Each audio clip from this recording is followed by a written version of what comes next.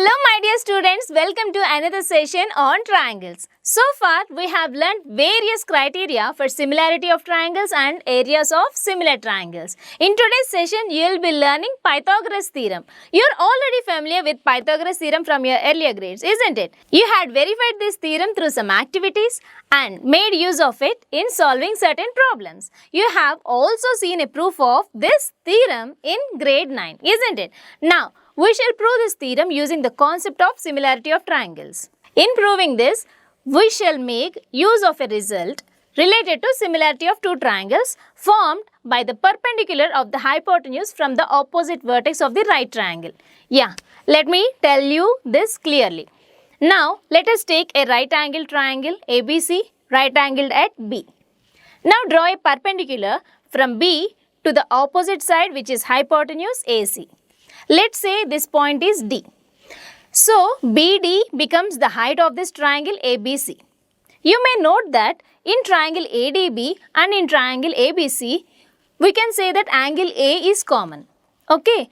And also angle ADB equals to angle ABC. Both are 90 degrees. So, from angle criteria, we can say that triangle ADB is similar to triangle ABC. Let us say this is first equation. Similarly, consider the other part of the triangle ABC, that is triangle DBC. Now, consider these two triangles ABC and DBC. Here, in these two triangles, angle C is common and also angle BDC and angle ABC equals to 90 degrees. Here also, according to angle criteria, we can say that triangle BDC is similar to triangle ABC. Let us say this is second equation. Now, from first equation and second equation, we can say that the triangles on both sides of the perpendicular line BD are similar to the whole triangle ABC.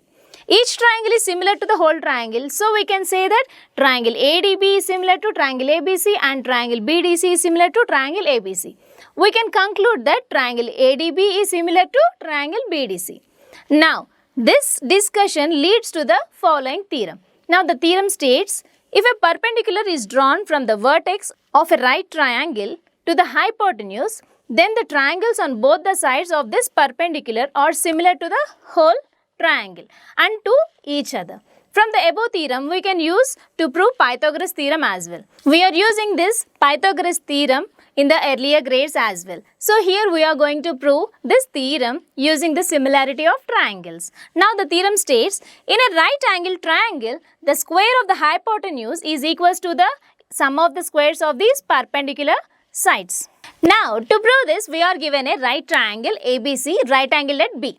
We need to prove that hypotenuse square is equals to sum of the squares of the perpendicular sides, isn't it? So, here from the figure, AC is the hypotenuse. So, we can say that AC square is equals to AB square plus BC square. Now, let us draw a perpendicular line from B. So, BD is perpendicular to the hypotenuse AC. Now, we can say that triangle ADB is similar to triangle ABC. So, AD by AB equals to AB by AC. Sides are proportional, isn't it? If you transpose AD into AC equals to AB square.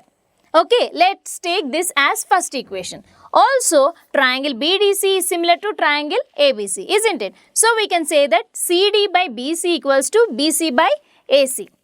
Simply transpose here also, CD into AC equals to BC whole square. Now, add equation 1 and equation 2. AD into AC plus CD into AC, which is equals to AB square plus BC square. Here, AC is common. So, take AC out. Then what is remaining? AD plus CD.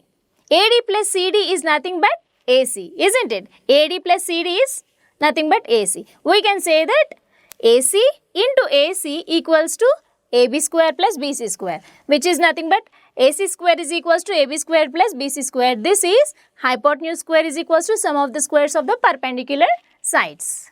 Hence, the Pythagoras theorem is proved. What about the converse of this Pythagoras theorem? You have already verified in the earlier grades that this is also true. Now, we will prove it in the form of a theorem. The theorem states that in a triangle, if square of one side is equal to the sum of the squares of other two sides, then the angle opposite to the first side is right angle. To prove that, take a triangle ABC and we have to prove that it is a right angle triangle, isn't it? Now, from the theorem, what they have given? AB square plus BC square is equals to AC square. According to the figure, I have considered AC as the hypotenuse. So we can say that AC square is equals to AB square plus BC square. For this, consider another triangle PQR in such a way that the side lengths PQ equals to AB, QR equals to BC and PR equals to AC. And here you have to consider the angle Q equals to 90 degrees. We have AC square is equals to AB square plus BC square. Can I replace AB with PQ, BC with QR, AC with PR? Yes, right? Yeah. Let us substitute. PQ square plus QR square is equals to PR square. Now, if you observe, AB equals to PQ, BC equals to QR, AC is equals to PR. According to SSS congruency, we can say that these two triangles are congruent. Then, CPCT, according to the corresponding parts of common triangles, we can say that angle Q equals to angle B, angle P equals to angle A, angle C equals to angle R. That means angle Q is right angle, so angle B is also right angle. Hence, the statement, if the square of one side is equals to the sum of the squares of other two sides, then the angle opposite to the first side is nothing but the right angle. This theorem is proved.